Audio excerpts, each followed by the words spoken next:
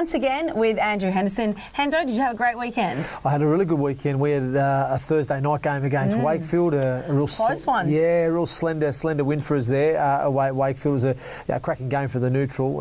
Certainly, it was squeaky bum time come the last sort of 5 or 10 minutes there for us. But again, plenty of championship action that was seen over the weekend. Certainly was plenty of championship action. It all kicked off on Saturday with Batley Bulldogs hosting Toulouse Olympique, but they didn't walk away winners 38-12 Toulouse, running away with it in the second 40, which is where they really sealed the deal, if you like. Yeah, look, I think we spoke about Batley last week, and could they draw some confidence from that second half performance against Toronto? And boy, did they start well, in that first half. Arguably their best half of football. Batley showed some real positive and encouraging signs for coach Matt Diskin. They were 12-10 up at half time, and they probably had the full-time team in Toulouse rattled there at half time. But second half, Toulouse just really stepped up the gears, come out of second, third gear, really started coming home. William Bartow, who I had at London Broncos a few years ago, was really pivotal and instrumental to a lot of the creative play that Toulouse had to offer. And they scored again some scintillating tries, as we can see here on the footage. Outstanding performance from them in the second half, and again just showed that they've really turned a corner. Toulouse, they're playing some really good rugby league football. For Batley, again, I'm not sure where this next win's going to come from. The problem for them is trying to maintain that first 40 and take it into the second. Absolutely, Eloise, trying to maintain those standards for longer periods, and that's the problem that they've got at the moment. They're having some really good patches of rugby, but just not playing well enough for long enough periods of the game to earn those results. Well, our other feature game of the week is, of course, Featherston Rovers. They were at home, but they weren't able to get the Brownies in this one. 32-22, Dewsbury Rams coming home with the chocolates. Yeah, disappointing there for Featherston. They've been fantastic home form this season in the championship. Yeah, they've been a bit shaky on the road, but their home form's been incredible. And unfortunately for those guys this week, they've not been able to seal the deal, as you said there, against a Dewsbury Rams side that has probably showed a lot of encouraging signs early in this season. They've been really competitive. So close. Really competitive. And have really took, good parts of games in terms of they've started well, they've maintained those standards for long periods, but for some reason or another have not been able to manage and close these games out. So I'm really pleased for Coach Lee Greenwood and his Dewsbury Rams side that they've managed to not only perform well for a first half, early part of a second half. They've had an 80-minute absolutely, it's an 80-minute performance, and they got themselves again into a lead. And you're thinking, are Featherston going to come back here? Because you know the quality that Featherston possess. Are they going to come back here and finish this off? But then Dewsbury just stepped up, pulled away, and managed to have enough nous about them to finish off the Featherston side and close that game out. So that'll be really pleasing for Coach Lee Greenwood. He'll certainly feel that him and his side have took some massive steps forward this week with that win away at Featherston, which is a tough place to win it. Now let's take a look at all the action and just see how Dewsbury managed to get the win. Dewsbury on the attack now, wide ball to Sykes. Sykes, neat little chip kick in, and Liam Finn's regathered and scored. And he opens the account for the Dewsbury Rams. Great try there, neat kick there from Sykes.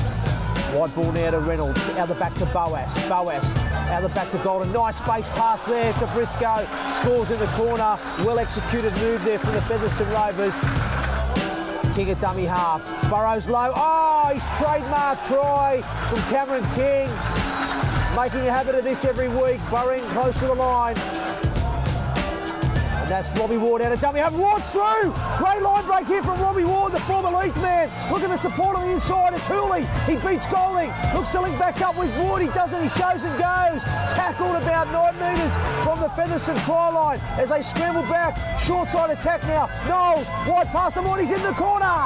Great try from Dale Morton. Outstanding try there for the Dewsbury Rams. Sam Day, wide ball now to Sykes, to the line out the back to Finn. Looks to go wide to Hooley. Ryder, great hands from Adam Ryder. Oh, great try again in the corner for Dale Morton for his second. Beautiful hands from Ryder. Last tackle now. Finn goes out the back to Sykes. They're looking to run play here. Short pass to Kabula. Oh, great try for the Dewsbury Rams to extend the lead further. Featherston now on the attack, kicking out a dummy half, shows it in, goes out to Reynolds, out the back to Golding, and it's an easy walkover for Golding, and the Dewsbury Rams misread in defence there from them. Easy try there for Golding. Ball goes wide to Reynolds, shows and goes, gets in between defenders. Oh, and Walsh will be disappointed, he fell for the dummy, and Ben Reynolds goes in, and that makes it 20 points apiece with a kick to come. Wide ball now. Finn back on the inside. Kabula. He just grenades it out the back there. Flick backwards. Finn regathers. Looks up. Looks long. Decides to kick long. Goes across field to Morton. He regathers it. Great take there from Dale Morton. Great one-on-one contest between those guys. Last tackle short side. Knowles. Will he get there? Yes, he will. Great try there from Michael Knowles in the corner for the Jewsbury Rams to take them in front. Sam Day, and he dives over. Dives over close to the line, and that's full time, folks. Up next, of course, Barrow Raiders defeated at home 33-26 by the Swinton Lions. Swinton Lions look like they really were sort of in form this week, and look like the better of the two sides. Yes, and finally the Swinton Lions get a result. I said for weeks they've showed so much spirit, effort, endeavour, week on, week out, and they just haven't had enough quality to get across the line and earn those results. They've been in games for large parts, have just been pipped on a few occasions. So I'm really pleased for Coach Stuart. Yeah, I am for Coach Stuart Littler and his side, because I have been willing them on and spurring them on, because I've been waiting for this moment for them. Unfortunately, against one of my old clubs, Barrow Raiders, unfortunate to see that. But, you know, fantastic for them to go there. And again, as we said last week, Barrow's not an easy place to go to. And it's a big result for Swinton to go there. I believe the game was, you know, I think really nip and tuck there. I think it was 18 points to 12 at half-time in favour of the Raiders.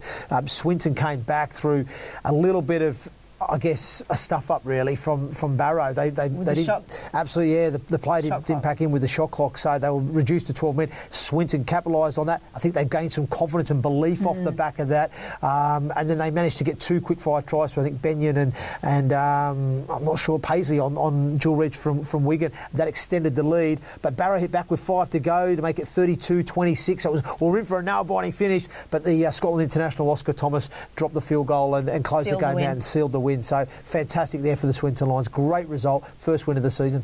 Up next is a little bit of an upset. I certainly didn't see this one coming. Hendo, I'm not sure about you, but Bradford Bulls 26 put on a pretty impressive display to beat Lee, just 12 points. Yeah, look, this is a fantastic result for the Bulls. You know, look, they've not been in the best vein of form in terms of results going their way in recent weeks. But one thing Bradford have been so far this season is they've competed hard, they've stayed in the fighting games, and they've made every game a contest. They haven't been beaten by a lot of points. They've always been in games, albeit not always been on the right side of the results. So it's a really pleasing win for John Keir and his men. You know, Lee Centurions, as we know, have bolstered the ranks with their dual reg and loan players from St Helens. It's really strengthened what's already a decent squad that they have at their disposal, and they've been playing some really good rugby league football in recent weeks. So I mean, I tip Lee to go there and get the job done. But by all accounts, you know, it was a really good second half performance from Bradford. 12 all at half time. You know, not much between the two teams. I believe Lee squandered some opportunities late in that first half. They had some really good field position and possession. Weren't clinical enough.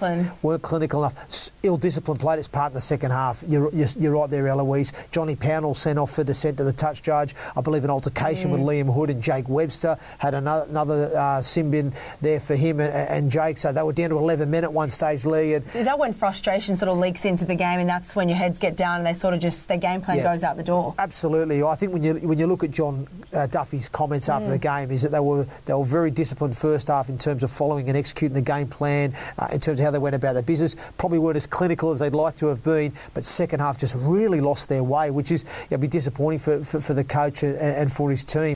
Up next, of course, Toronto travelled to Halifax to face the home side, but they couldn't come away with the home side couldn't get the victory. Toronto 48, Halifax 12. Really was a game of dominance from Toronto, and certainly Andrew Dixon had his first hat-trick for his club, and he really is finding some form recently. Yeah, he's a really good player, is Andrew Dixon. I've been an admirer of him for a couple of years. I think on that edge he's solid. He really is probably the glue in that team in terms of, you know, he's so reliable defensively. I think he's a real honest, solid player on that edge.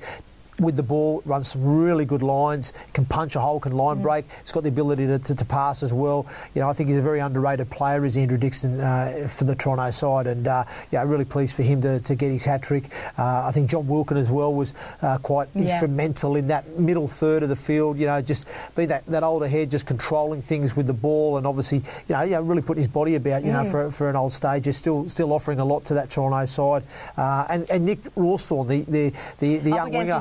side. Yeah, who was obviously a product of the Halifax system. It's quite a story. He was a product of the Halifax system, went to Holland for a spell, now found his way at Toronto. He came in to replace